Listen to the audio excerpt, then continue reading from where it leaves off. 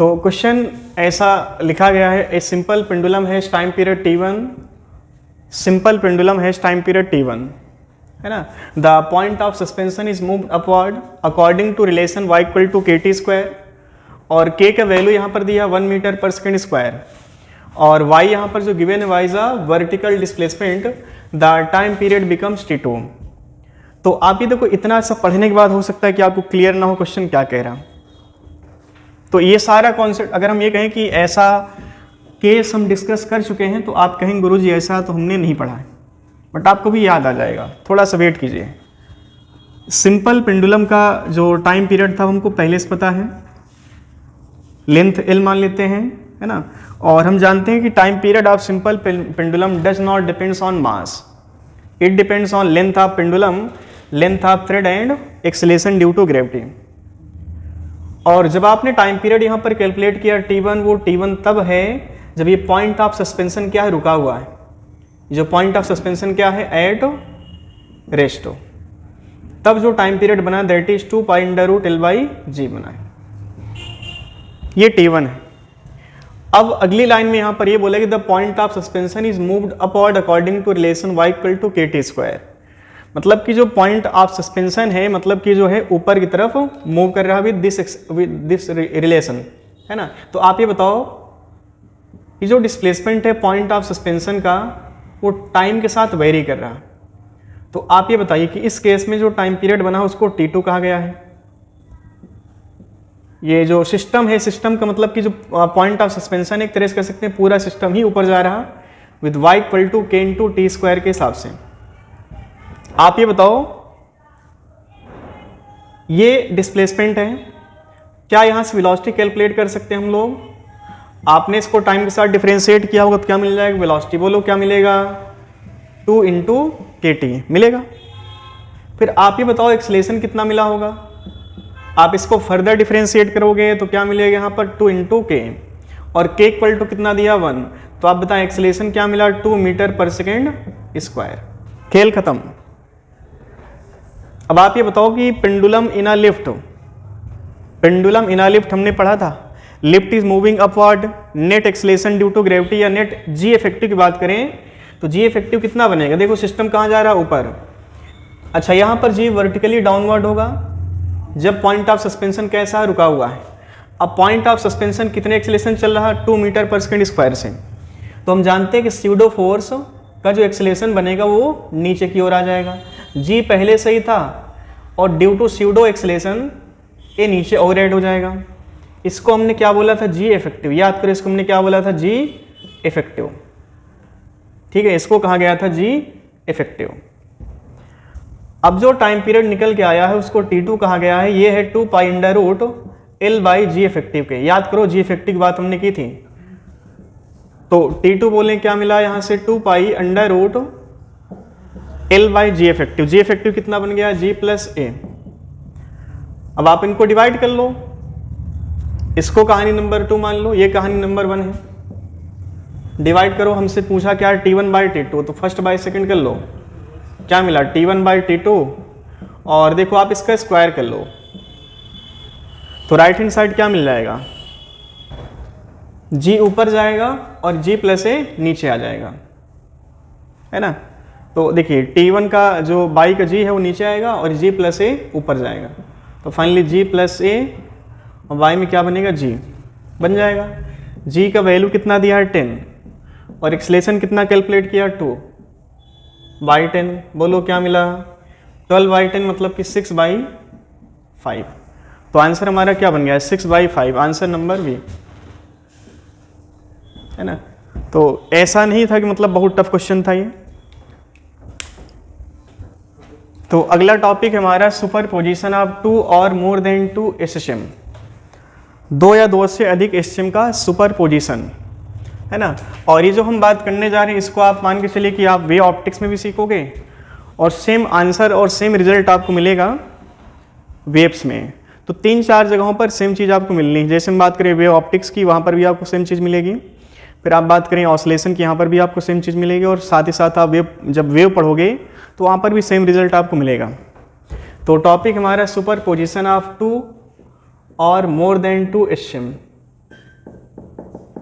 Superposition of 2 और more than 2 HM।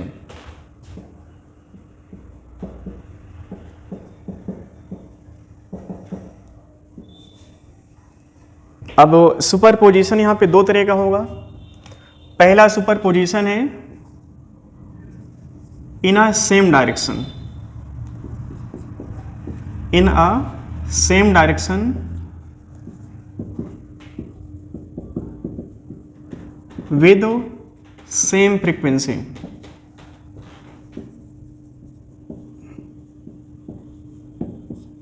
Same frequency है और जो सुपरपोजिशन हो रहा है वो भी कहां पर है, सेम डायरेक्शन में। तो चलिए जैसे मान लेते हैं कि हमारे पास कोई एक इक्वेशन है। अब इस सेम डायरेक्शन का मतलब या तो एक्स एक्सिस की बात होगी या तो वाई एक्सिस की बात होगी, है ना। तो मान लेते हैं एक्स एक्सिस में एक एसएम की इक्वेशन है x1 equal to a1 sine omega t. ये पहले एसएम की इक्वेशन है, क्या है, x1 equal to a1 sine omega t.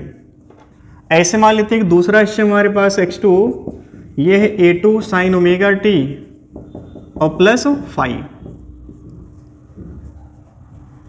ये दोनों क्या है, एसएम है। बस अंतर क्या है कि इनके बीच में कुछ फेस का डिफरेंस है, कुछ फेस डिफरेंस है यहाँ पे। बाकी अगर हम देखें साइन ओमेगा टी यहाँ पर भी, साइन ओमेगा टी यहाँ पर, बस यहाँ पर क्या फाई अलग से हमने ऐड कर दिया। और ये दोनों जो एसएचएम है इक्वेशंस जो गिवन है दोनों कहाँ पर, अलोंग एक्स एक्सिस। ऐसा करके क्वेश्चन में आपको मिलेगा जहाँ पर ये y1 y2 ले लिया होगा तो सेम डायरेक्शन का मतलब अगर ये x में है तो ये भी x में होगा, ये y में तो ये भी y में होगा। x और y की बात भी हम करेंगे जहाँ पर हम बोलेंगे इन अ परपेंडिकुलर डिस्टेंस और perpendicular direction with same frequency. Frequency हमको सेम लेना पड़ेगा। ये थोड़ा सा अलग टॉपिक हो गया कि फ्रीक्वेंसी सेम ले क्यों रहे हैं हम लोग। आप समझिए, अगर हम आप में से कोई एक बच्चा उठ करके पूछ सकता है गुरुजी अगर यहाँ पर फ्रीक्वेंसी डिफरेंट होती तो क्या वो केस यहाँ पे डिस्कस नहीं होता? तो केस यहाँ पे डिस्कस नहीं होता, वो केस कहीं ना कहीं आएगा जरूर। जैसे हम ये कहें कि न्यूटन्स लॉ में आप समझते हैं कि जैसे ये पुली है तो पुली यहाँ पर कैसी होती है बताओ। न्यूटन साहब ने जितना भी पुली कंसीडर किया था उन सभी का मास क्या था बताओ, 0 था। थोड़ा समझिए, फिजिक्स में थोड़ा सा आपको को रिलेट करना पड़ेगा चीज़ों को। ये पुली कैसी थी न्यूटन साहब की बताओ, ये थी मासलेस। आप में से कोई बच्चा न्यूटन्स लॉ पढ़ते समय ये कह सकता है गुरुजी यहाँ पर मास हमेशा पुली के 0 क्यों लिया जाता है? मास लेकर के एक बार देख लो। तो अगर एक बढ़िया टीचर है तो कहेगा कि ये जो है मास 0 है तब तक ये न्यूटन्स लॉ है, अगर मास नॉन जीरो हो गया तब ये बन जाएगा रोटेशनल मोशन। तो वैसे ही अगर हम ये कहें कि अगर यहाँ पर सेम फ्रीक्वेंसी है तो यहाँ पर बात होगी सुपरपोजिशन की। अगर डिफरेंट फ्रीक्वेंसी हो गई तो यहाँ पर आएगा बीट का कॉन्सेप्ट। बीट भी हम पढ़ेंगे, बीट फ्रीक्वेंसी भी एक होता है और बीट फ्रीक्वेंसी का मतलब होता है difference of frequencies, difference of frequencies. तो जब तक सेम फ्रीक्वेंसी दिया है तब तक इसको आप कंसीडर करेंगे सुपरपोजिशन का। जैसे डिफरेंट फ्रीक्वेंसी आया आप उसको कंसीडर करेंगे एज अ बीट, और बीट का मतलब ही होता है difference of frequencies, difference of frequencies. तो चलिए बात हम बीट की भी करेंगे लेकिन वो टॉपिक अलग है, वो चैप्टर भी अलग है। जब न्यूटन्स लॉ पढ़ा तो यहाँ पर आपने मास 0 रखा, मास अगर लेते तो ये टॉपिक जो है कन्वर्ट हो जाता रोटेशन में। तो इतना तो थोड़ा सा हमको बेसिक आइडिया होना चाहिए कि मास अगर है तो न्यूटन्स लॉ नहीं, वो रोटेशन हो गया। यहाँ पर सेम फ्रीक्वेंसी है तो ये सुपरपोजिशन की बात हो गई, डिफरेंट फ्रीक्वेंसी तो यहाँ पर बात होगी बीट फ्रीक्वेंसी की। आई बात समझ में? और सुपरपोजिशन होता क्या है, जैसे आप बात करते हैं प्रिंसिपल ऑफ सुपरपोजिशन की, आप पढ़ो कूलम्ब्स लॉ में, तो वहाँ पर भी आपने कूलम्ब्स लॉ का सुपरपोजिशन देखा था। तो superposition is nothing but it is a vector sum, है ना। ये वेक्टर सम का एक तरह से रिजल्टेंट होता है, इसको कहा जाता है सुपरपोजिशन। तो हम लिख लेते हैं according to superposition, according to principle of superposition,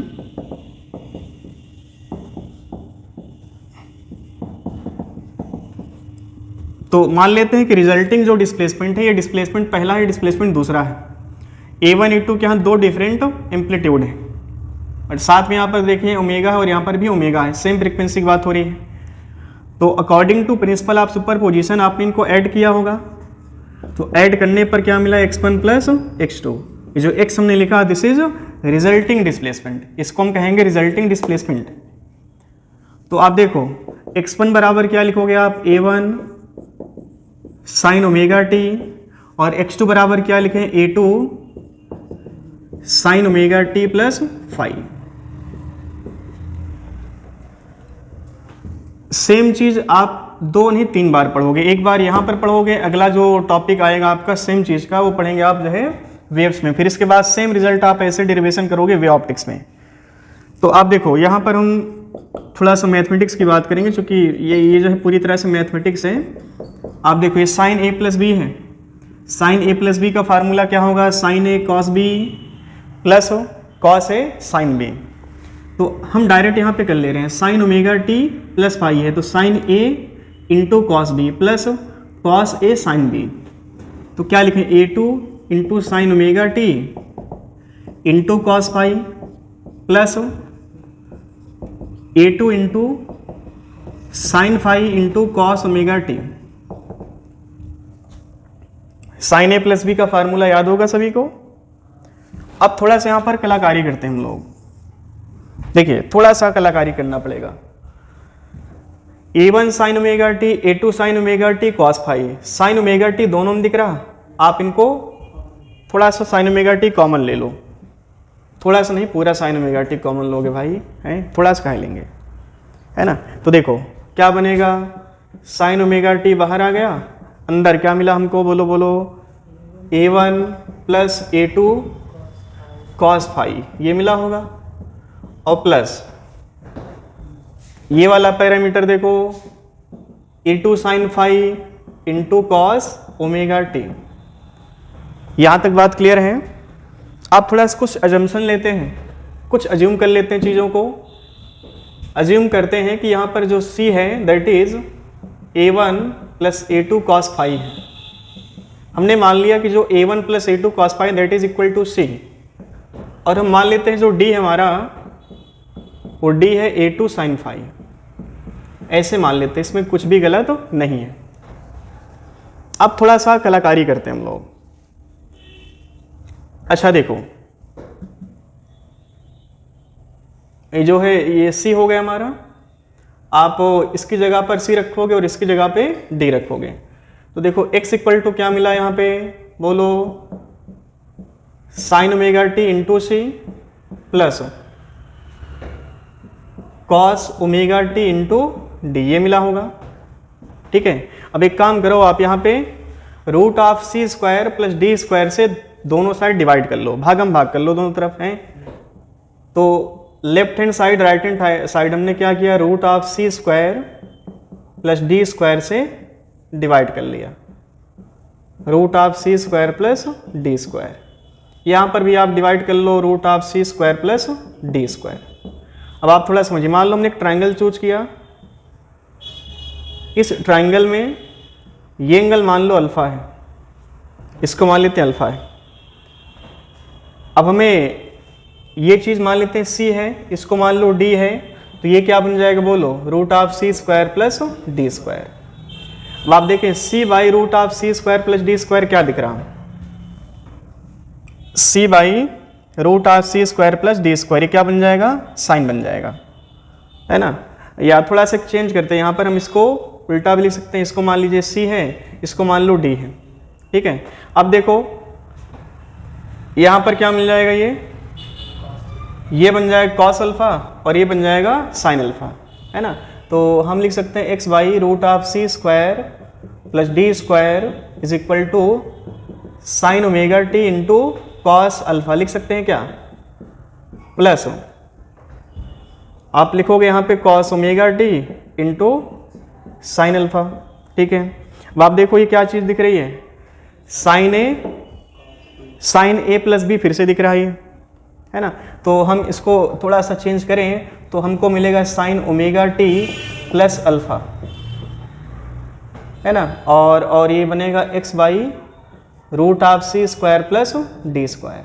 ठीक है, अब थोड़ा सा और कलाकारी करो यहाँ पे। देखिए जो रिजल्टिंग डिस्प्लेसमेंट की इक्वेशन निकल के आएगी that is under root C square plus D square into sine omega t plus alpha. अब आप यहीं पे आके रुक जाओ, देखो सिंगल HCM की बात करें, x1 क्या है a1 sine omega T, x2 क्या है a2 sine omega t plus phi, sine omega t plus phi, देखो sine omega t plus alpha है, तो ये तो कॉमन सी बात हो गई। साइन के पहले जो भी पैरामीटर आपने मल्टीप्लाई किया वो है क्या चीज, एम्पलीट्यूड है, बिल्कुल सही।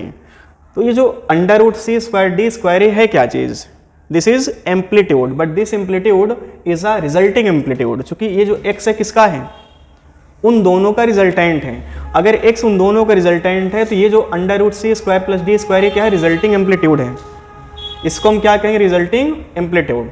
तो मान लेते हैं रिजल्टिंग एम्पलीट्यूड हमारे पास a है, तो जो a होगा वो अंडर रूट क्या बनेगा, सी स्क्वायर प्लस डी स्क्वायर बनेगा।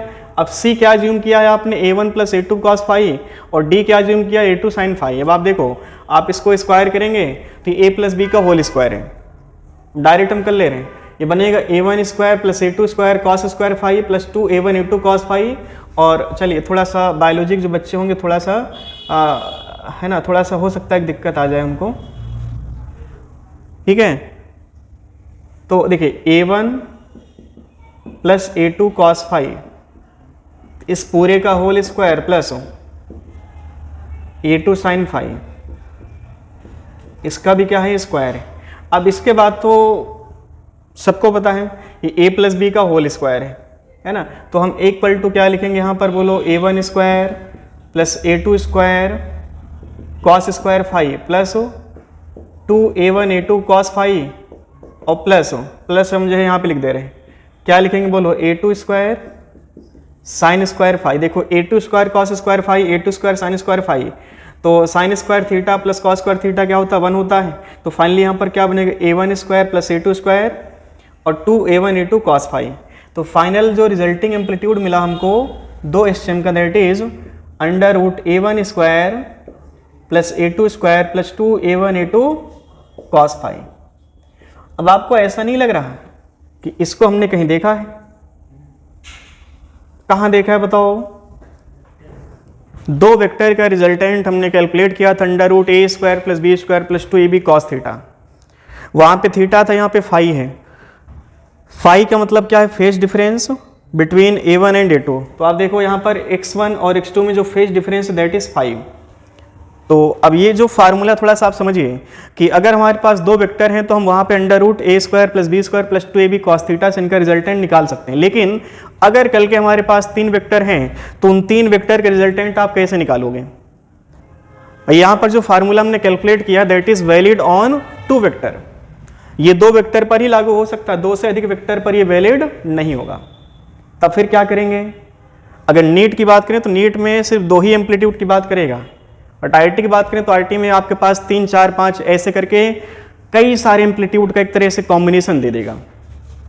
अब उन सभी एम्पलीट्यूड का रिजल्टेंट कैलकुलेट करने के लिए ये फार्मूला वहाँ पे नहीं लगा पाओगे। तो हम नीट और IIT दोनों कवर कर रहे हैं। बेसिक जो होता है उसको नीट कहते हैं, थोड़ा सा ऊपर हो जाता है उसको IIT कहते हैं, है ना। तो यहाँ तक आप नोट कर लीजिए, इसके बाद हम लोग और थोड़ा इसको एक्सपेंड करते हैं। And that is under root a1 square plus a2 square plus 2a1 a2 cos five. अच्छा यहाँ पे अल्फा भी तो दिख रहा, अल्फा भी है फाई भी है। अल्फा है क्या चीज़, फाई तो हमको पहले से पता है, फाई का मतलब क्या है, फेस डिफरेंस। अल्फा का मतलब क्या है वो यहाँ पे आके देखिए। अच्छा अगर हम रिजल्टिंग एम्पलीट्यूड रिजल्टिंग डिस्प्लेसमेंट की इक्वेशन लिखने जाएं तो उसमें क्या दिख रहा, x equal to a sine omega t plus alpha. आप समझिए रिजल्टिंग डिस्प्लेसमेंट का जो equation that is x equal to a sine omega t plus alpha, ये रिजल्टिंग डिस्प्लेसमेंट की इक्वेशन है। अल्फा क्या चीज है, देखो अब यहां पे आइए थोड़ा सा, ये फिगर आप याद रखिएगा अगर आपको क्वेश्चन चाहे वो नीट लेवल हो चाहे IIT लेवल हो। अब ऐसा नहीं कि IIT में इस लेवल भी नीट नहीं पहुंच सकता, पहुंच सकता है, जरा सा भी टफ आपको नहीं लगना है, बस थोड़ा सा मैथमेटिक्स यहाँ पे, थोड़ा सा मैथमेटिक्स, ज़्यादा नहीं है। अच्छा हमने x1 क्या लिखा था, a1 sine omega T, x2 क्या लिखा था, a2 sine omega t plus five, ये लिखा था। ओमेगा टी है क्या चीज़, एक तरह से एंगल है। ओमेगा टी है क्या, एक तरह से एंगल है। ओमेगा टी प्लस फाइव एक तरह से क्या है, एंगल है। तो आप ये बताओ कि मान लो ये हॉरिजॉन्टल एक्सिस है, इस हॉरिजॉन्टल एक्सिस से ओमेगा टी पर कौन सा वेक्टर होगा, a1 वेक्टर। अगर हम a1 की बात करें तो a1 किस एंगल पर होगा, x एक्सिस से ओमेगा टी एंगल पे। और अगर हम a2 की बात करें तो a2 किस एंगल पर होगा, ओमेगा टी प्लस फाइव। तो चलिए ये फिगर आपको याद रखना है सारा जो, वो तो खैर देखिए एकेडमिक लेवल होगा, ये जो हमने डेरिवेशन किया है अब ये डेरिवेशन दोबारा नहीं करेंगे। जब हम वे ऑप्टिक्स आपको पढ़ाएंगे और वेव्स जब पढ़ाएंगे तो वहाँ पर ये डेरिवेशन हम दोबारा नहीं करेंगे। तो डेरिवेशन 3 में से एक जगह हम करते हैं और वो चीज़ हमने यहाँ पर चूज किया, तो अब दोबारा इसका डेरिवेशन नहीं करेंगे हम। आइए, a1 x एक्सिस से ओमेगा टी एंगल पर है, यहां पर मान लो a1 है, x एक्सिस से किस एंगल पर है, ये ओमेगा टी, समझिएगा। और a2 की हम बात करें तो a2 किस एंगल पर है, a2 है omega t plus five, omega t plus five. अच्छा, ओमेगा टी तो पहले से ही यहां पर बन रहा, उस ओमेगा टी में और कितना ऐड करना है a2 लिखने के लिए, फाइव। तो जो एंगल बन रहा है ये वाला, इसको कहा जाएगा फाइव कहा जाएगा। आई बात समझ में। अब ऐसे आप इस कॉमन पॉइंट से कितने भी वेक्टर बना सकते हो। इस कॉमन पॉइंट से हम a1 a2 a3 a4 जितने भी वेक्टर बनाना चाहें सारे वेक्टर हम बना सकते हैं। बस ये देखना है कि यहाँ पर a1 के साथ साइन ओमेगा टी में क्या बैठा है। अगर यहाँ पर भी sine omega t plus five one होता और यहाँ पर a2 sine omega t plus five two होता, तो ये जो a1 होता किस एंगल पे होता बताओ, omega t plus five one, और a2 किस एंगल पे होता, omega t plus five two पे। तो जो फेज डिफरेंस बनता है that is five two minus five one. अब जो बड़ा होता है उसके हिसाब से यहाँ पर ये डिफरेंस जनरेट हो जाता। इसको हम थोड़ा सा और एक्सपेंड करें फिगर को। अच्छा, अगर हम ये कहें कि हम ओमेगा टी इसको फर्दर नीचे घुमाएं, आप समझिएगा,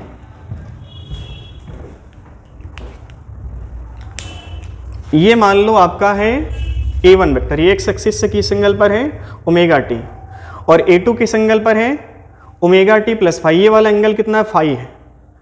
अब आप देखो a1 a2 क्या है, दीज आर रोटेटिंग वेक्टर्स।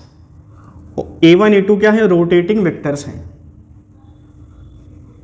अब a1 a2 के बीच का इनिशियल फेज कितना, फाइव है। अब ये फाइव हमेशा के लिए कांस्टेंट हो गया। क्यों कांस्टेंट है, क्योंकि a1 जिस एंगुलर वेलोसिटी से रोटेट करेगा उतनी ही एंगुलर वेलोसिटी से a2 भी रोटेट करेगा। तो यहाँ पर जो फेज एक बार जनरेट हो चुका उसमें कोई चेंज नहीं आना है। अब आप इस फिगर को चाहें तो, ये हमारा a1 और ये a2 है, आप मान लो a1 को ओमेगा टी नीचे खींच दिए, जब a1 ओमेगा टी नीचे आएगा तो आप ये बताओ कि a2 कितना नीचे आ जाएगा, ओमेगा टी वो भी नीचे आएगा। भाई ओमेगा टी में जो ओमेगा है दोनों के लिए सेम है ना, तो t टाइम में जितना एंगुलर डिस्प्लेसमेंट a1 वेक्टर का होगा उतना ही a2 वेक्टर का होगा। तो अगर हमने a1 को ओमेगा टी नीचे खींचा है तो a2 भी ओमेगा टी नीचे आ जाएगा। तो आप चाहें तो इसका एक सब्स्टिट्यूट फिगर ये बनाओ, ये थोड़ा कॉम्प्लिकेट लग रहा होगा तो आप इसको नए फिगर में तब्दील करोगे तो फिगर ऐसा कुछ आ जाएगा। हमने क्या किया कि a1 को ओमेगा टी नीचे खींचा और इतना खींचा कि जो a1 था वो पूरी तरह से x एक्सिस पर आ गया ऐसे। ये मान लो a1 वेक्टर था और a2 और a1 के बीच का फेस डिफरेंस जो है वो मेंटेन रहना है, तो वो आज भी कितना रहेगा, 5 रहेगा। अब आप बताओ इन दोनों का रिजल्टेंट कैलकुलेट करना है तो आप यहाँ पे पाइथागोरस से ट्रिग्नोमेट्री का यूज कर सकते थे, बट पाइथागोरस और ट्रिग्नोमेट्री का यूज कब होगा, जब ट्राइंगल कैसा होगा, 90 डिग्री ट्राइंगल होगा, तभी हम ट्रिग्नोमेट्री या पाइथागोरस की बात कर सकते हैं। तो थोड़ा सा आप केयर करिए, ये कोई खास टफ कैलकुलेशन नहीं बताएगा, जबकि अभी जो हमने कैलकुलेट किया था रिजल्टिंग एम्पलीट्यूड, उसको कैलकुलेट करने के लिए बहुत सारा आपको मेहनत करना पड़ा। पता नहीं क्या a plus B sine a plus B दुनिया की बातें आपने लगाई, तब जाकर रिजल्टिंग एम्पलीट्यूड आपने कैलकुलेट कर पाया। बट ये जो मेथड है, इस मेथड से आप रिजल्टिंग एम्पलीट्यूड, रिजल्टिंग डिस्प्लेसमेंट की इक्वेशन को कैलकुलेट करने में ज़्यादा समय आप खर्च नहीं करोगे। आप देखो, हमें यहाँ पर बनाना है पैरेललोग्राम, तो पैरेललोग्राम का जो मेथड था वो आपने पहले सीख रखा है वेक्टर में। पैरेललोग्राम का मतलब क्या होता है, हर एक साइड के पैरेलल दूसरी साइड लेके चलते हैं। तो a1 के पैरेलल a2 से लेके चलना है,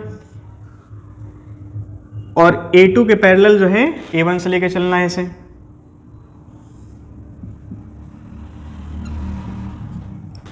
अब आप देखो, अगर यहां पर हम फिगर बनाते हैं तो इमेजिन करो कि थोड़ा सा कॉम्प्लिकेट फिगर दिखता आपको, ऐसे बनता। तो हमने क्या किया, इसको थोड़ा सिंप्लीफाई करने के लिए हमने A1 को ओमेगा टी नीचे खींचा, तो अपने आप A2 भी ओमेगा टी नीचे आ गया, such that phase difference between A1 and A2 will remains unchange. तो A1 A2 बीच का फेज डिफरेंस आज भी कितना है, 5 है। अब A1 A2 का जो रिजल्टेंट है वो कहीं ना कहीं इनके बीच से ही पास हुआ होगा, ऐसे ऐसे ऐसे, ये हो जाएगा A। अब जो आपने अल्फा लिखा वो अल्फा है क्या, अल्फा है भाई साहब A1 से रिजल्टिंग एम्पलीट्यूड का एंगल। अब यहां पर अल्फा आपको नहीं समझ में आ रहा कि अल्फा है क्या चीज, अल्फा क्या है, यहां पर रिजल्टिंग एम्पलीट्यूड और A1 वेक्टर के बीच का एंगल है। अब आप A कैलकुलेट करना चाहते हो तो A कैलकुलेट करने के लिए आपको सबसे पहले ट्राइंगल को लाना पड़ेगा 90 डिग्री का। तो आप बताओ क्या परपेंडिकुलर ऐसे हम ड्रा कर ले, बिल्कुल सही ड्रा कर लिया। अच्छा ये एंगल फाई है तो बोलो ये एंगल भी कितना होगा, फाई होगा। ये A2 लेंथ है तो बोलिए क्या ये भी A2 बना होगा। अगर आपकी मैथमेटिक्स बढ़िया है तो बताओ A2 का सामने कंपोनेंट क्या मिला होगा, A2 साइन फाई मिला होगा क्या, और ये वाला जो लेंथ होगा इसको आप लिखोगे A2 कॉस फाई। अब आप देखिए ये लेंथ A1 है और ये लेंथ A2 cos फाई है। हमें A कैलकुलेट करना, तो आप इस ट्रायंगल में जब जाके देखोगे तो ये परपेंडिकुलर होगा, ये पूरा पूरा बेस हो जाएगा और ये हाइपोटेनियस हो जाएगा। तो पाइथागोरस थ्योरम क्या कहता है, हाइपोटेनियस का स्क्वायर बराबर परपेंडिकुलर का स्क्वायर प्लस बेस का स्क्वायर। तो आप बताओ रिजल्टिंग एम्पलीट्यूड क्या लिखा जा सकता है, A square A2 square sine square phi plus A1 plus A2 cos phi इस पूरे का होल स्क्वायर। ठीक है, अब आप देखो क्या ये निकल के आया होगा, A2 square sine square phi plus A1 square plus A2 square cos square phi plus 2A1 A2, ये बना होगा कॉस फाई। अब बिल्कुल वैसी शक्ल बन रही जैसे कि अभी हमने कैलकुलेट किया था। देखो A2 square sine square phi, A2 square cos square five sine square five plus cos square five 1 हो जाएगा। तो फाइनली देखो A स्क्वायर क्या मिला हमको, A1 square plus A2 square plus 2A1 A2 cos five, ये मिलेगा। तो रिजल्टिंग एम्पलीट्यूड क्या मिला, under root A1 square plus A2 square plus 2A1 A2 cos five.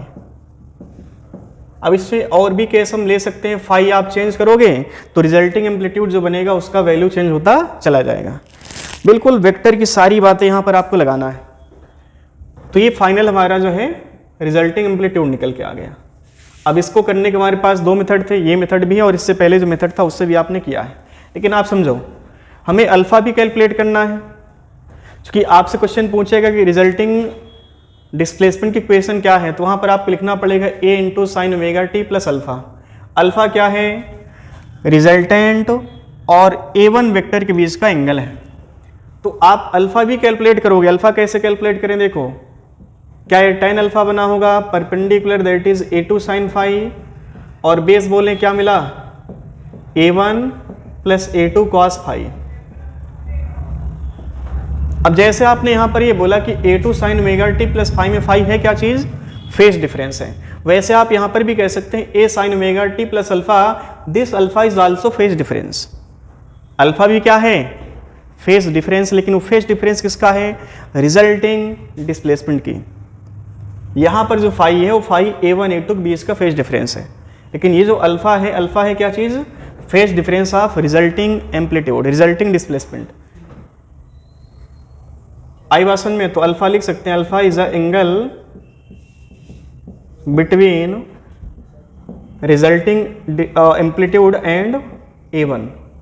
और फाई क्या चीज है बोलो, phi is a angle between A1 and A2, और इसको ही क्या कहा गया है, फेज डिफरेंस, है ना। तो यहां तक आप इसको नोट कर लीजिए, फिर इसमें 2-3 न्यूमेरिकल करके देख लेते हैं हम लोग। तो चलिए क्वेश्चन दिया है, find the amplitude and initial phase of particle is SHM, है ना, whose motion of equation is given as y equal to a sin omega t plus b cos omega t। अब आप देखो यहाँ पर ये एक इक्वेशन है जरूर, लेकिन it is a combination of two SHM whose amplitude a and b and same angular velocity, same angular frequency. तो यहाँ पर देखो सेम डायरेक्शन की सुपर पोजिशन हो गई क्या? आप ये जो y लिखा है इसको आप लिख सकते हैं y equal to y1 plus y2, ऐसे लिख सकते हैं क्या? अब आप देखो, अगर हमने ये बोला होता कि y1 is given as a sin omega t and y2 is given as b cos omega t, then what is the superposition? Superposition की जो इक्वेशन बनेगी डिस्प्लेसमेंट की क्या बनेगी? तो आप इनको सिंपल ऐड करते, ऐड करने के बाद क्या यही इक्वेशन मिलती है हमको? This is combination of SHM। ये जो SHM की इक्वेशन मिली है, जैसे आप ये समझो कि मान लो यहाँ पर कोई पार्टिकल, आप समझो ये जो कहानी हम आपको बताने जा रहे हैं, ये कहीं ना कहीं आपको जब पढ़ोगे वेव ऑप्टिक्स, जब आप पढ़ेंगे साउंड वेव्स, तो वहाँ पर आपको मान लो कोई पार्टिकल है जिसको दो SHM मिल रही हैं। ये जो इक्वेशन लिखा आपने किसकी इक्वेशन है?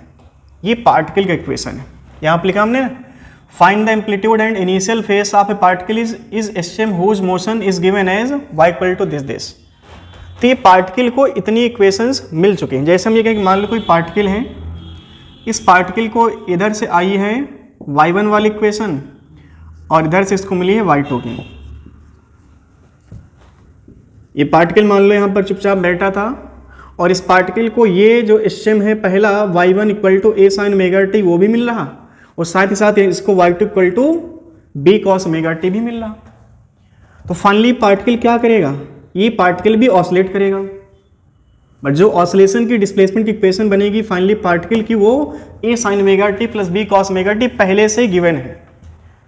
अगर क्वेश्चन में थोड़ा सा हम पहले जाकर के देखें, पहले क्या हुआ होगा कि दो SHM की इक्वेशन है और ये इक्वेशन मान लो कहीं पर सुपर इम्पोज हो गई, और वो सुपर इम्पोज होने के बाद किसको मिल रही? पार्टिकल को। पार्टिकल की जो इक्वेशन बनेगी that is a sin omega t plus b cos omega t। आ रही बात समझ में? तो पार्टिकल का इक्वेशन हमको गिवन है। अब अगर हम इसको भी साइन के टर्म्स में लिखना चाहते हैं तो बताओ, y2 बराबर क्या लिखते हैं आप? b sin omega t plus pi by 2 लिख सकते हैं क्या? साइन 90 प्लस थीटा क्या होता है? Cos theta. तो अगर रिजल्टिंग एम्पलीट्यूड की बात करें तो रिजल्टिंग एम्पलीट्यूड डिपेंड किया है इनिशियल फेज डिफरेंस पे, फेज डिफरेंस पे। तो y1 और y2 के बीच का फेज डिफरेंस कितना बन रहा? Pi by 2। तो सबसे पहले हम बात करेंगे रिजल्टिंग एम्पलीट्यूड की, बात होगी यहां पे रिजल्टिंग एम्पलीट्यूड की। इसको हम a कह लेते हैं। अब a यहां पर ऑलरेडी गिवन, तो आप इसको AR कह लो। तो आपने अभी इक्वेशन लिखा था under root a1 square plus a2 square plus 2a1 a2 cos phi. अब फाई में जो फाई का वैल्यू यहाँ पर given that is pi by 2 मतलब cos पाई बाई 2 मतलब 0। तो फाइनली क्या मिला बोलो? a square plus b square, बाकी सब कूड़ा हो गया होगा। ये क्या मिल गया? Resulting amplitude. आ रही बात समझ में? अब ये बताओ हमसे और भी क्या पूछा इसमें? Find the amplitude and initial face. तो एम्पलीट्यूड तो कैलकुलेट कर लिया, लेकिन इनिशियल फेस किसका पूछा है? अब इस पार्टिकल को इक्वेशन मिल चुकी है डिस्प्लेसमेंट की, रिजल्टिंग डिस्प्लेसमेंट, लेकिन यहां पर हम बताएं कि इनिशियल फेस पार्टिकल के पास कितना है, उसको आप फाई कहोगे कि अल्फा कहोगे? रिजल्टिंग डिस्प्लेसमेंट में जो फाई बनता है और जो इनिशियल फेस बनता है उसको आप अल्फा कहते हो। और अभी हमने लिखा कि जो tan अल्फा है हमारा वो क्या था? बोलो बोलो बोलो, क्या था ये था a1, नहीं ये a2 था, a2 साइन फाई, बाई में क्या था बोलो? a1 plus a2 cos phi. अब फाई यहाँ पर कितना दिख रहा? Pi by 2। तो अब देखो a2 की जगह पर क्या रखोगे? b, और a1 की जगह पर क्या रखोगे? a रखोगे, है ना? तो ये बन जाएगा b, और क्या लिखेंगे बोलो? साइन 90 मतलब कि 1 हो जाएगा, और कॉस 90 0। ये तो पूरा पैरामीटर क्या होगा? 0। तो b बाई a हो जाएगा। अब कोई बच्चा हमसे बोले गुरुजी अब यहाँ पर a बाई b भी तो हो सकता था, है ना? ये a बाई b भी हो सकता था, लेकिन आप समझो, मान लो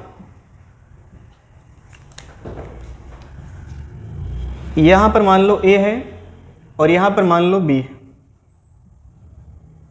ये कितना बन रहा है, इनके बीच एंगल कितना बन रहा है, ए और बी के बीच का बताओ, π/2। तो यहाँ पर π/2 हमने बना लिया। अब इन दोनों का जो रिजल्टेंट है, जिसको आपने कहा रिजल्टिंग एम्पलीट्यूड, वो ऐसे कहीं पास हुआ होगा यहाँ से। ये मान लो AR है, ये एंगल कितना बनेगा, अल्फा। इसको ही आप कहोगे इनिशियल रिजल्टिंग जो डिस्प्लेसमेंट बनी है उसमें जो अल्फा होता है उसको हम कहते हैं इनिशियल फेज।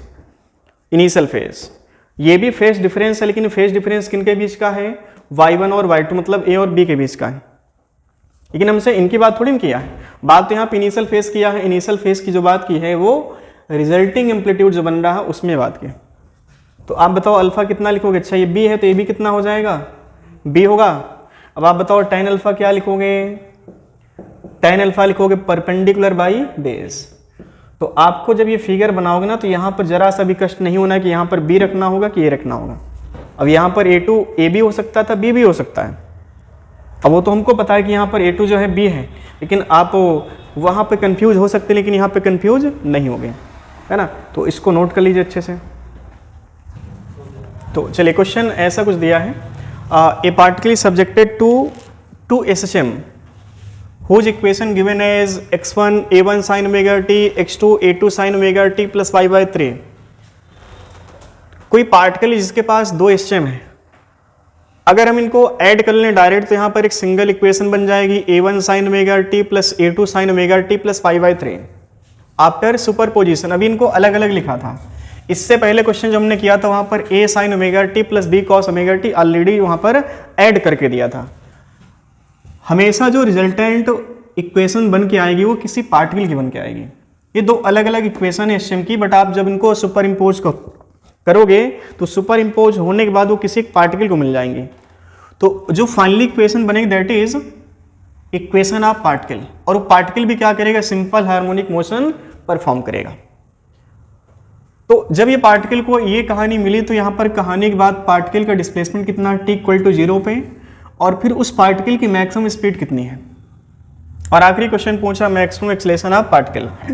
तो आप ये बताओ क्या रिजल्टिंग इक्वेशन ऑफ पार्टिकल लिख सकते हैं हम x1 plus x2 after super imposition. बताओ x1 की जगह पर क्या लिखोगे, a1 sine omega t plus a2 sine omega t plus π/3, ऐसे लिख सकते हैं क्या। अभी x ही पूछा हमसे, अब ये x कब पूछा है, जब t कितना 0 है। अब आप देखो यहाँ पर t बराबर 0 डाल के देखो, ये पूरा पैरामीटर क्या हो जाएगा 0, क्योंकि साइन 0 हो जाएगा। अब आप यहाँ पर t=0 फिर से डाल के देखो तो साइन 0 होगा, लेकिन ये साइन π/3 भी तो आ जाएगा। तो फाइनली जो x निकल के आएगा that is a2 sign π/3। Sign π/3 मतलब साइन 60, साइन 60 बोलो √3/2। तो रिजल्टिंग जो डिस्प्लेसमेंट है एट t=0 पर a√3/2, ये हो गया।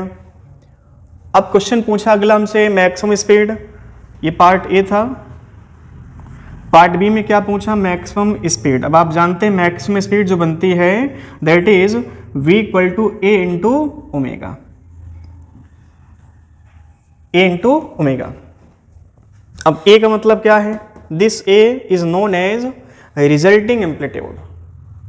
अब बताओ रिजल्टिंग एम्पलीट्यूड कितना होगा, a1 a2 बीच एंगल कितना बन रहा π/3। तो रिजल्टिंग एम्पलीट्यूड पहले निकाल लो आप, क्या निकल के आएगा बोलो, √a1 square plus a2 square plus 2 a1 a2 cos π/3 निकल के आएगा। क्या इसमें कुछ गलत नहीं लग रहा आपको। अब आप बताओ कि हमें यहाँ पर मैक्सिमम वेलोसिटी फाइंड आउट करना, तो भी किसका, पार्टिकल का। और पार्टिकल की वेलोसिटी भी कहीं ना कहीं यहाँ पर जो डिस्प्लेसमेंट की इक्वेशन निकल के आती है उस पर डिपेंड करेगा। अगर हम एक्चुअली देखें तो जो पार्टिकल की जो वेलोसिटी होगी that is ω√a² minus x², ये निकल के आएगी। अब आप बताओ ये जो ये वाली चीज़ है, इसको हमें मैक्सिमाइज करना। तो मैक्सिमाइज करने के लिए आपने क्या किया, पार्टिकल को आप कहाँ पे लेके गए थे, मेन पर, एक्सट्रीम पर,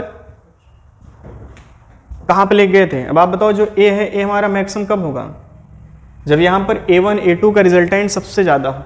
और A1 A2 का सबसे अधिकतम रिजल्टेंट कितना हो सकता है, क्या वो π/3 पर मिला होगा, वो मिला होगा 0 डिग्री पे। तो ये जो हमने लिखा ये थोड़ा सा मतलब आप समझिए, यहाँ पर cos π/3 नहीं रखना है, यहाँ पर रखना होगा आपको cos 0 डिग्री। चूंकि ये अधिकतम होगा तो वेलोसिटी भी क्या होगी, अधिकतम होगी। और अधिकतम तब होगा जब यहाँ पर फाई का वैल्यू क्या बन जाए, 0 डिग्री, ना कि π/3। आई बात समझ में, π/3 पर ए मैक्सिमम नहीं होगा। ए मैक्सिमम कब होगा, जब यहाँ पर फाई का वैल्यू क्या बन जाएगा, 0 डिग्री। अब आप देखो कि जो रिजल्टिंग एम्पलीट्यूड निकल के आएगा that is √A1² plus A2² plus 2A1 A2, ये निकल के आएगा। अब ये A प्लस बी का होल स्क्वायर है, क्या लिखें बोलो, A1 प्लस A2, ये बन जाएगा A1 प्लस A2। अब बताओ V मैक्स क्या मिला, यहाँ पे V मैक्स मिला हमको A इंटू ओमेगा, और ये बन जाएगा A1 plus A2 into omega. Maximum velocity आ गई। अब मैक्सिमम एक्सेलेरेशन भी तो आपको पता है, फार्मूला क्या होता है बोलो, -ω² इंटू ए लिखोगे यहाँ पे मैक्सिमम। मॉड की बात करें तो यहाँ पर निगेटिव साइन खत्म कर लो, तो एक्सेलेरेशन की maximum value ω² into A1 plus A2, ये आंसर हो जाएगा हमारा। एक बार इसको देख लो अच्छे से। तो चलिए बच्चों देखिए, एक बढ़िया क्वेश्चन आपके सामने लेके आए हैं, और ये मान के चलिए कि यहाँ से आपका IIT लेवल अच्छे से क्लियर हो जाएगा, कॉन्सेप्ट है ना। तो इसमें दिया है A cos ωt। अच्छा, find the amplitude and phase of the vibration. तो फाइनली जो इक्वेशन दी है रिजल्टेंट की, A cos ωt plus A/2 cos ωt plus π/2 A/4 cos ωt plus π A/8 cos ωt plus 3 π/2, ये कितनी इक्वेशन का combination हो गया बताओ। अगर ये x है तो आप ये कह सकते हैं this is x1, this is x2, this is x3 and this is x4। 4 equation या 4 स्ट्रीम का सुपरपोजिशन है भाई साहब। हमने तो अभी 2 ही की बात की थी, यहाँ पर हमने क्या बोला था कि आपके पास 2 से अधिक की बात कर सकता है। अब अगर आप ये कहो कि रिजल्टिंग एम्पलीट्यूड का जो फार्मूला था √A1² plus A2² plus 2A1 into cos phi, उसको यहाँ पे नहीं लगा पाओगे, क्योंकि यहाँ पर एक नहीं, आपके पास 4 एम्पलीट्यूड हैं। This is A1 A2 A3 A4, but these A1 A2 A4 A3 are rotating vectors. ये सब क्या है, रोटेटिंग वेक्टर्स हैं। तो आप एक काम करो, अच्छा देखो सभी का जो एंगुलर वेलोसिटी क्या सेम है, ωt ωt ωt ωt, और सभी कैसे कॉस के टर्म्स में दिए हुए हैं। सभी का फंक्शन कैसा है, कॉस का। तो सभी में जो t टाइम में रोटेशन होगा, सभी एम्पलीट्यूड या जो भी यहाँ पर A1 A2 A3 A4 बनेंगे, इनका जो एंगुलर वेलोसिटी सेम, मतलब t टाइम में सभी क्या होंगे, इक्वल एंगल रोटेट करेंगे। तो एक काम करते हैं, हमने जो आपका भी फिगर बनाया था, ऐसा कुछ फिगर था, याद करो। अच्छा, cos ωt एक्स एक्सिस मान लो ये है, इसको आप A1 मान लो। A1 कहां पर बैठा है, मान लो A1 को आपने ऐसे बना लिया, ये हमारा A1 है जो कि ठीक A के इक्वल है।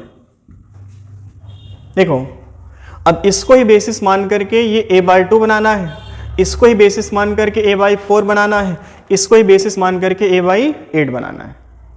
अब आप बताओ इसके बिहाफ पर A/2 किस एंगल पर आगे चल रहा, π/2। इसके बिहाफ पर A/4 किस एंगल पर आगे है, पाई एंगल पे, और इसी को बेसिस मानकर अगर हम आखिरी वाले को देखें तो वो 3π/2 पर आगे चल रहा। तो इस A को देखने पर लग रहा कि जो A/2 है वो π/2 आगे है, तो ये एंगल बन जाएगा π/2।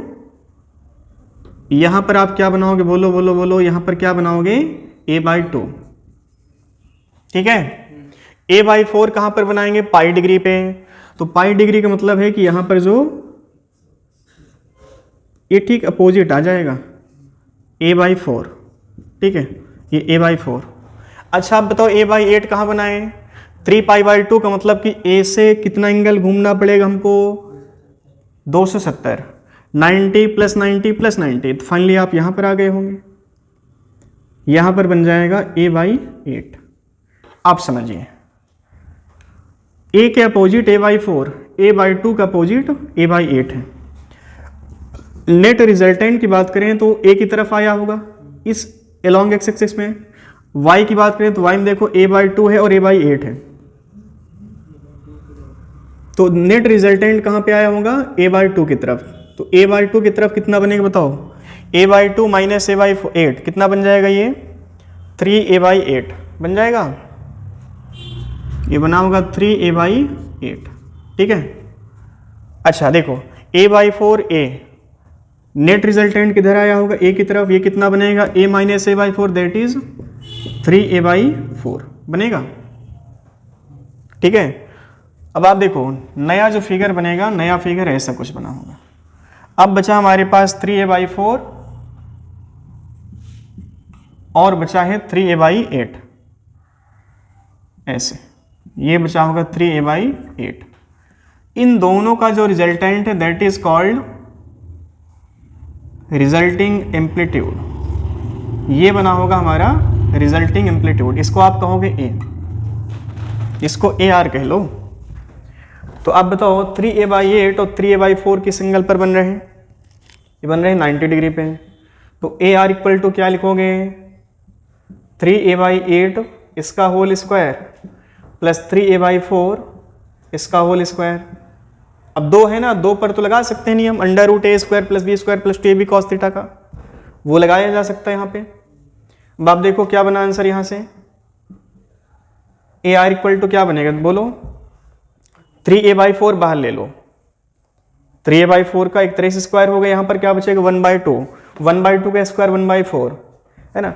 तो देखिए 3a/4 हमने बाहर ले लिया, रूट के बाहर आ जाएगा, अंदर क्या बचेगा 1/4 प्लस 1 बचेगा, और ये अंडर रूट में बचेगा, अंडर रूट में।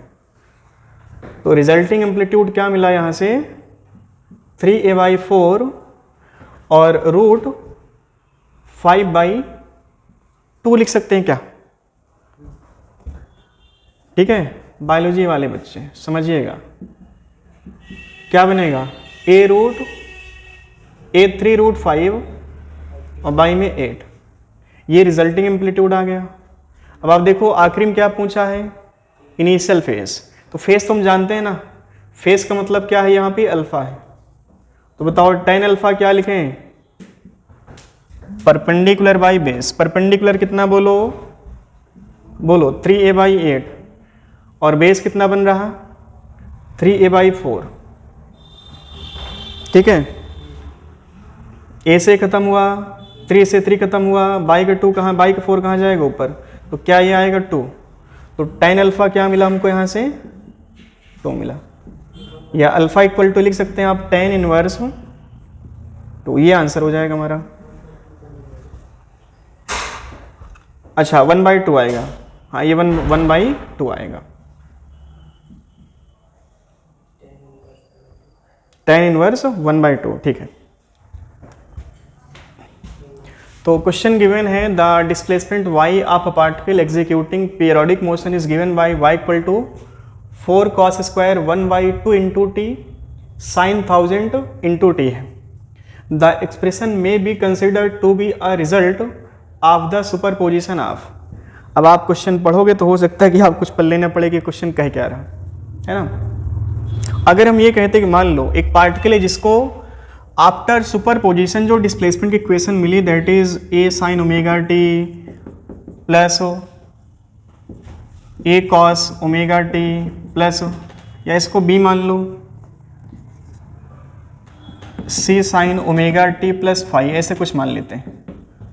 अगर हम ये कहते हैं कि बताओ ये जो इक्वेशन है डिस्प्लेसमेंट की पार्टिकल की कितनी सुपरपोजिशन हुई, यहाँ पे कितनी इक्वेशंस हैं जिनके माध्यम से y हमने लिखा है, कितने एचएम हुए यहाँ पे, पहला एचएम, ये दूसरा है और ये तीसरा है। तो 3 एचएम की इक्वेशन मिल करके इस y को डिजाइन किए हैं। अब यहाँ पर y equal to 4 cos square 1/2 into t sine 1000 times into t है। अब हमें यहाँ पर कुछ चीज़ें छुपा दी गई हैं क्वेश्चन में, ऐसा नहीं मतलब यहाँ पर आपको दिख रहा कि cos है साइन है, तो यहाँ पर 2 एचएम की इक्वेशन है, ये 2 है कि 3 है कि 4 है, अगर आप इसको देखें तो आपको लग रहा है कॉस स्क्वायर 1/2 इंटू टी है और साइन 1000 इंटू टी है, तो आपको ऐसा लग रहा हो कि यहाँ पर दो ही इक्वेशन है, दो ही एचएम हो रहे हैं, बट ऐसा हो भी सकता है और नहीं भी हो सकता है। अभी यहाँ पर क्या है, कॉस स्क्वायर, इसको हम इन टर्म्स ऑफ साइन या कॉस लाएंगे, लीनियर फंक्शन, उसमें हम इसको कन्वर्ट करेंगे पहले। अगर ऐसे बना के देता sine omega t cos omega t sine omega t plus phi और भी कुछ ऐड कर देता, और तब आपसे पूछा जाता है कि बताओ ये जो इक्वेशन बन रही है y की कितनी एचएम के बाद बनी है, तो यहाँ पर कहो कि 3 एचएम हो रही हैं, तो आंसर इसके भी आप पे टिक करते 3। अब इसको देख करके आपको नहीं लगना चाहिए कि यहाँ पर 2 इक्वेशन है, तो यहाँ पर आप इसको 2 टिक कर जाओगे, लेकिन गलत हो सकता है। तो हमें इसको पहले कन्वर्ट करना है ऐसे कुछ शक्ल में। हमने यहाँ पर ऐसा थोड़ी लिखा था कि a into sine square omega T और b into cos omega T, ऐसा थोड़ी लिखा था। जब हमने ऐड किया था एचएम को तो वहाँ पर साइन ओमेगा टी था, साइन स्क्वायर ओमेगा टी नहीं था, या कॉस ओमेगा टी था, कॉस स्क्वायर ओमेगा टी नहीं था। आ रही बात समझ में? तो सबसे पहले आप एक काम करो, इसको थोड़ा सिंप्लीफाई करो, सॉल्यूशन देखते हैं इसका। चलिए, बहुत अच्छा क्वेश्चन है। अभी क्वेश्चन बहुत पुराना है, IIT 1992 में आया है, बट हम कहें कि क्वेश्चन बहुत पुराना है, इसकी पॉसिबिलिटी कम है, तो क्वेश्चन की पॉसिबिलिटी इस मतलब नहीं, हम यहाँ पर देखना कि हमने जो सीखा है वो कहाँ पर अच्छी तरीके से होल्ड करेगा। अभी लेटेस्ट क्वेश्चन देखें तो वहाँ पर भी इन इक्वेशन पर या जो हमने सुपरपोजिशन पढ़ा है उस पर बेस क्वेश्चन पूछे हैं, लेकिन ये जो क्वेश्चन है बड़ा अच्छा क्वेश्चन है।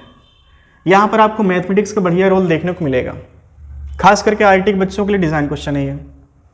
तो देखिए y इक्वल टू क्या गिवन है, y इक्वल टू दिया है 4 कॉस स्क्वायर, आप इसको t/2 भी लिख सकते हैं, 1/2 इंटू टी को आप t/2 भी लिख सकते हैं, इंटू साइन 1000 इंटू टी है। अब आपको एक फार्मूला पता होगा कॉस स्क्वायर 2 थीटा का, कॉस 2 थीटा, कॉस 2 थीटा का फार्मूला क्या होता है बोलो, ये होता है 2 कॉस स्क्वायर थीटा -1, ये फार्मूला होता है क्या। हम कॉस थीटा लिखना चाहें तो कॉस थीटा क्या मिलेगा, 2 कॉस स्क्वायर थीटा और बाई 2 -1, ऐसे लिख सकते हैं क्या। थीटा का मल्टीप्लिकेशन थीटा के ही डिवीजन में जाएगा। अब बायोलॉजी का बच्चा क्या करेगा साला, वो क्या करेगा, 2 से 2 खत्म कर लेगा, है कहेगा बड़ा क्वेश्चन सिंपल सा है, ये 2 है साला, ये 2 है, इसको खत्म कर लो यहीं पे, बट ऐसा नहीं है। ठीक है, ये -1 इधर ले आओ, तो क्या लिखोगे, cos theta +1 2 cos square theta by 2 लिख सकते हैं। अब जैसे थीटा यहाँ पर नहीं गिवन है, उसकी जगह पर टी दे दिया है, कॉस ओमेगा टी, ओमेगा यहाँ पर 1/2 है, तो ये पूरा पूरा आपका ये थीटा एक तरह से, तो आप इसको लिख सकते हैं, ये वाला जो पैरामीटर है ना। अच्छा, ये जो है आप इसको थोड़ा सिंप्लीफाई कर लो, हल्का सिंप्लीफाई और कर लो, आप इसको लिख सकते हैं 2 इंटू 2 कॉस स्क्वायर t/2, ऐसे लिख सकते हैं क्या। अब ये थीटा जो है इसको आप t लिख लो, जब t लिखोगे तो 2 कॉस स्क्वायर t/2 और बराबर कितना है, ये लिख सकते हैं cos t + 1 is equal to 2 cos square t/2। देखो y इक्वल टू क्या मिला हमको यहाँ से, 2 इंटू, अच्छा यहाँ पे साइन 1000 इंटू टी भी मल्टीप्लाई करना है, ठीक है। तो देखिए यहाँ पर क्या मिला आपको, ये मिला होगा 2 इंटू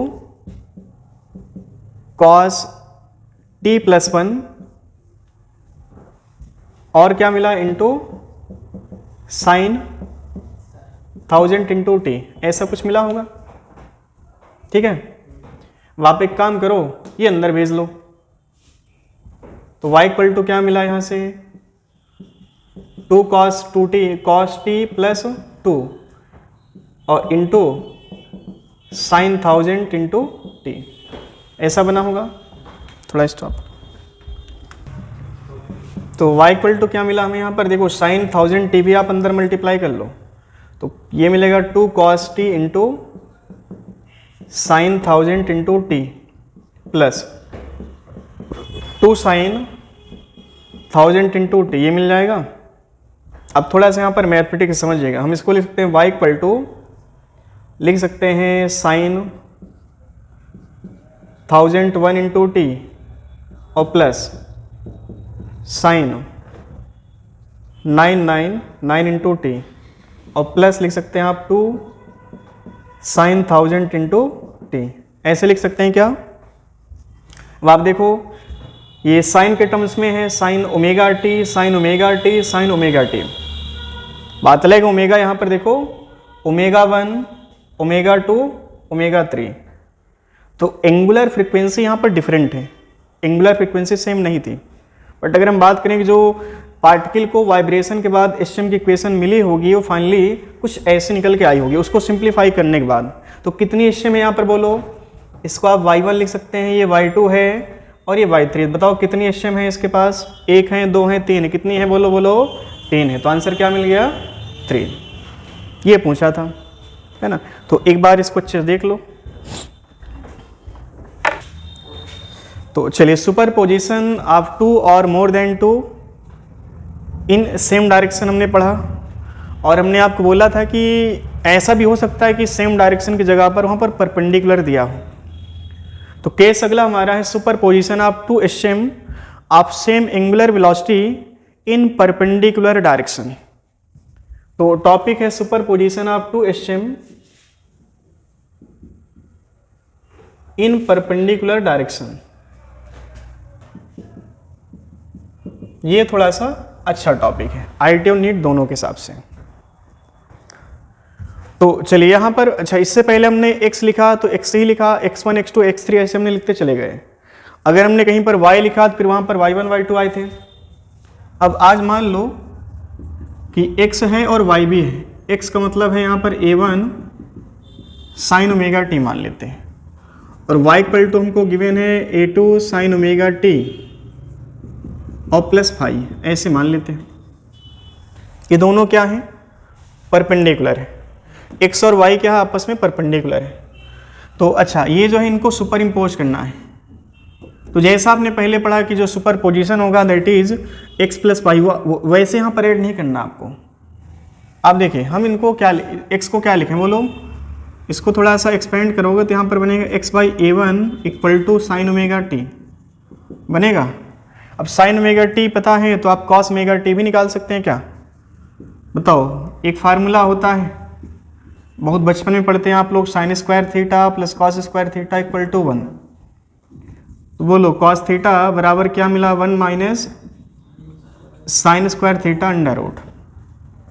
अब आप देखो, आप इसको कॉस ओमेगा टी लिख सकते हैं, 1 minus sine square omega T.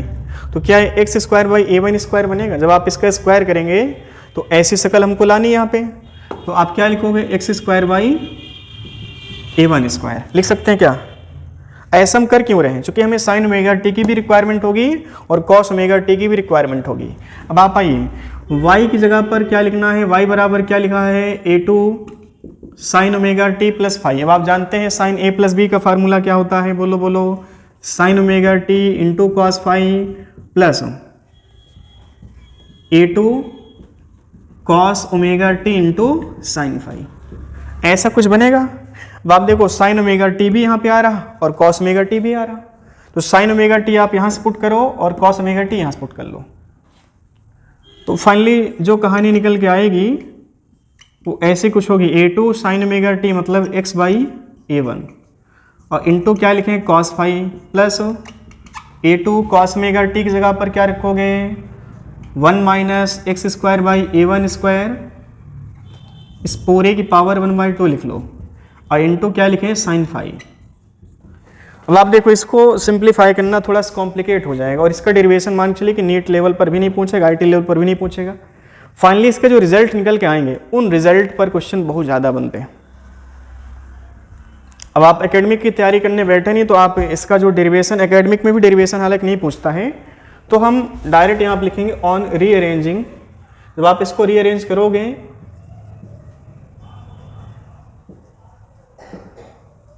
तो यहाँ पर मिलेगा आपको x square by a1 square plus y square by a2 square, और यहाँ पर आएगा minus 2xy into a1 a2, और यहाँ पर बनेगा cos phi equal to sine square phi. ये सब सिंप्लीफाई करोगे तब जाके आपको ये जो है इक्वेशन निकल के आएगी, ये इक्वेशन हमको मिलेगी। This is general equation of ellipse, but this ellipse is inclined ellipse, oblique ellipse कह सकते हैं इसको, है ना। तो ये जो इक्वेशन निकल के आ रही है that is general equation of oblique ellipse. तो अगर हम x और y के बीच की बात करें कि जो पार्टिकल है, पार्टिकल को ये मतलब जो है इक्वेशन मिल चुकी है, और पार्टिकल जो है पार्टिकल किस तरह से ऑसिलेट करेगा, इन अ इलिप्स, और वो इलिप्स का जो शेप होगा कुछ ऐसा होगा, ऐसे पार्टिकल जो है इस इलिप्टिकल पाथ में ऑसिलेट करेगा इस तरह से, x और y ऐसे मान लेते हैं। ये स्टैंडर्ड इक्वेशन आपको याद रखना, ये सब आपको कुछ याद हो ना हो कोई फर्क नहीं पड़ना, लेकिन आपको ये स्टैंडर्ड इक्वेशन याद रखनी है। अब इसमें फाई की वैल्यू अलग अलग डाल के देखो, यहाँ पर एक्स वाई का रिजल्टेंट जो बनेगा, रिलेशन बनेगा, वो अलग अलग बनता चला जाएगा। ये तो जनरल इक्वेशन होगी। अब इसको स्पेशल केस में कन्वर्ट कर सकते हैं। स्पेशल केस मान लेते हैं, स्पेशल केस जो है यहाँ पे, यहाँ से मान लो कम से कम 1-2 क्वेश्चन आपको मिल जाने स्पेशल केस से, है ना। तो स्पेशल केस में पहला केस हम मान लेते हैं कि जो फाई है वो 0 डिग्री है। अब आप बताओ cos 0 कितना होगा, +1, sin 0 कितना होगा, 0 हो जाएगा। तो आप यहाँ पे cos 0 का वैल्यू देखो 1 रखेंगे और यहाँ पर 0 रखेंगे, तो क्या मिलेगा यहाँ से बोलो, x² plus y² minus 2xy, और y में क्या बनेगा a1 × a2, और बराबर में क्या लिख लें बोलो, 0। ये है क्या चीज़ बोलो, a² + b² - 2ab है क्या। तो हम कह सकते हैं this is x² by a1² + y² by a2²। ये है क्या चीज़, a - b का होल स्क्वायर है। तो आप इसको लिख सकते हैं x by a1 minus y by a2 इस पूरे का होल स्क्वायर, और इज इक्वल टू क्या है यहाँ पे, 0। अब 0 का स्क्वायर करो, 0 का अंडर रूट लेंगे, सारा कुछ क्या रहेगा, 0 रहेगा। तो फाइनली क्या लिखें, x by a1 minus y by a2 बराबर क्या मिला बोलो, 0। तो क्या हम लिख सकते हैं यहाँ पे y by a2 is equal to x by a1। तो y बराबर क्या मिला, a2 by a1 into x। This is equation of straight line. ये कैसी इक्वेशन है, स्ट्रेट लाइन इक्वेशन। तो पार्टिकल इस इक्वेशन के बिहाफ पर जब स्पेशल कंडीशन हमने फाई इक्वल टू 0 रखा, तो 0 पर देखो जो पार्टिकल किस तरह से ऑसिलेट करेगा, इन अ स्ट्रेट लाइन। तो यहाँ पर जो इक्वेशन बन के आ रही दैट इज स्ट्रेट लाइन। इसको कहा था लिसाज फिगर। ये जो इक्वेशन आप निकाल के लाए हैं इसको कहा जाएगा लिसाज इक्वेशन, है ना। तो जो यहाँ पर जो फिगर्स हम बनाएंगे इस इक्वेशन के बिहाफ पर उनको लिसाज फिगर कहा जाता है आई भाषण में। तो फाई इक्वल टू 0 हमने रख के देखा, तो यहाँ पर इक्वेशन क्या बन रही, पार्टिकल की स्ट्रेट लाइन। अब यहीं पर मान लो फाई इक्वल टू 180 रखें, ये आप एक बार देख लो अच्छे से। चलो फाई का वैल्यू मान लो 180 है। दूसरा केस है स्पेशल केस का, फाई इक्वल टू 180 डिग्री। देखो फाई इक्वल टू 180 डिग्री पर क्या बना होगा, cos 180 कितना होता है, -1। ये हमारे पास स्टैंडर्ड इक्वेशन है। cos 180 कितना होगा, -1। sin 180 कितना होगा, फिर से बोलो, sin 180 कितना होगा, 0। तो अब अच्छा है, cos 180 -1 है, और माइनस माइनस यहाँ पर क्या बन जाएगा, प्लस। तो cos 180 पर जब हम देखेंगे तो फाइनली जो इक्वेशन निकल के आएगी that is x² a1² plus y² by a2², और ये बन जाएगा प्लस 2xy और y में a1 a2 इक्वल टू 0। ये क्या है, a प्लस b का होल स्क्वायर है। तो आप लिख सकते हैं x by a1 plus y by a2 इस पूरे का whole square is equal to 0। अब आप फिर से देखो कहानी सेम मिल रही, बस यहाँ पर माइनस प्लस है और वहाँ पर क्या है, माइनस है। अब आप देखो क्या मिलेगा, x by a1 plus y by a2 बराबर क्या लिखें बोलो, 0। y by a2 बराबर x by a1 बोलो क्या लिखेंगे, y equal to a2, negative sign यहाँ पे आएगा, minus a2 by a1 into x। This is also straight line equation but negative slope. वहाँ पर स्लोप कैसा होगा, पॉजिटिव होगा। अब इसका फिगर बना लो पहले आप लोग, 1 मिनट। अभी थोड़ा सा देखो, पहले जो इक्वेशन हमने लिखी है y equal to a2 by a1 into x, यहाँ पर इक्वेशन क्या है, स्ट्रेट लाइन, और वहाँ पर भी इक्वेशन क्या है, स्ट्रेट लाइन। बस अंतर क्या है, अंतर ये है कि यहाँ पर जो स्लोप बन रहा है दैट इज पॉजिटिव, और यहाँ पर स्लोप कैसा है, निगेटिव। स्लोप निगेटिव होने का मतलब क्या होगा, थीटा मोर देन 90, यहाँ पर थीटा कैसा होगा, लेस देन 90। तो इसका जो फिगर बनेगा, इसका हम ग्राफ यहाँ साइड में बना दे रहे हैं। देखो थीटा कैसे रखना है, पॉजिटिव, तो थीटा पॉजिटिव रखने का मतलब कि जो है ग्राफ ऐसे पास होगा, ओरिजिन से ही पास होगा, बट जो थीटा होगा लेस देन 90 डिग्री होगा ऐसे। अब जो पार्टिकल है इसी लाइन पर क्या करेगा, ये ऑसिलेट करेगा इस लाइन पे ऐसे, ये वाई एक्सिस है और इसको आप मान लो एक्स एक्सिस है। ये थीटा जो बन रहा है लेस देन 90 डिग्री बन रहा। अब इसका ग्राफ कैसा बनाओ बताओ, ट्रैजेक्टरी कहेंगे इसको, हम ग्राफ नहीं कहेंगे, क्योंकि पार्टिकल इसी पाथ पर क्या करेगा, ऑसिलेट करेगा। तो ट्रैजेक्टरी और ग्राफ में थोड़ा सा अंतर होता है। ग्राफ का मतलब होता है पार्टिकल उस इक्वेशन पर तो कभी चलेगा नहीं, लेकिन अगर ट्रैजेक्टरी की बात करें, ट्रैजेक्टरी का मतलब होता है जो हमने यहाँ पर खींच दिया है उसी खींची हुई लाइन पर या उसी खींचे हुए फिगर पर पार्टिकल चलता है ना। तो ये फिगर कह सकते हैं, ग्राफ नहीं कह सकते हैं फिलहाल। और चलिए इसके लिए जो इक्वेशन बनी होगी, देखो स्लोप यहाँ पर कैसे लेना, negative, y x axis, slope यहाँ पर कैसा लेना, निगेटिव। तो निगेटिव स्लोप का मतलब कि थीटा मोर देन 90 डिग्री। अब आप देखो थीटा यहाँ पर क्या है, मोर देन 90 डिग्री। यहाँ पर भी पार्टिकल इस स्ट्रेट पाथ पर ही टहलेगा ऐसे, ठीक है। तो ये कुछ कहानी हमने बना ली। अब अच्छा फाई इक्वल टू 90 डिग्री आप रख के देख लो, फाई इक्वल टू 90 पर भी कुछ ना कुछ कहानी बनी होंगी।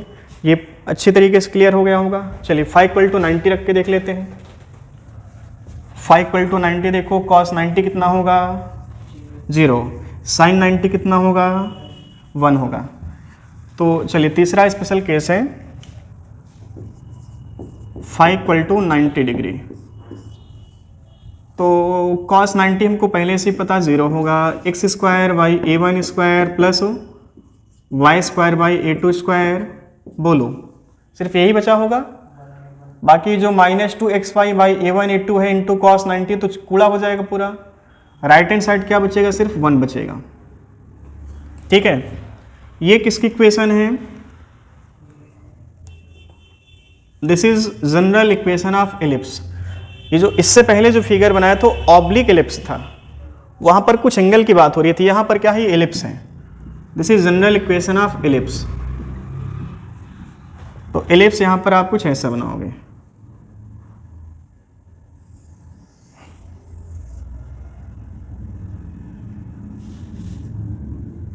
a1 मान लो और ये a2 है, x एक्सिस है, ये y एक्सिस है। अब जो पार्टिकल है इसी एलिप्टिकल पाथ पे चलेगा। अब आप देखो इस कहानी में भी दो कहानी जनरेट करते हैं। यहाँ पर जैसे a1 बराबर a2 नहीं है, अगर मान लो a1 इक्वल टू a2 दिया होता तो जो इक्वेशन निकल के आती है इक्वेशन कैसी बनती है, सर्कल बन जाती है, बिल्कुल सही। तो ऋषभ तुम बहुत ही मेहनती बच्चे हो, ऐसे आगे बढ़ते रहो। बोलो कंडीशन यहाँ पर लिख लेते हैं, if a1 equal to a2 is equal to a। तो इक्वेशन क्या बनेगी, x square by a square plus y square by a square equal to 1। क्या लिखेंगे, x square plus y square equal to a square. ये किसकी equation बन रही है, सर्कल की। तो अब यहां पर जो पार्टिकल होगा एक सर्कुलर पाथ में चलेगा।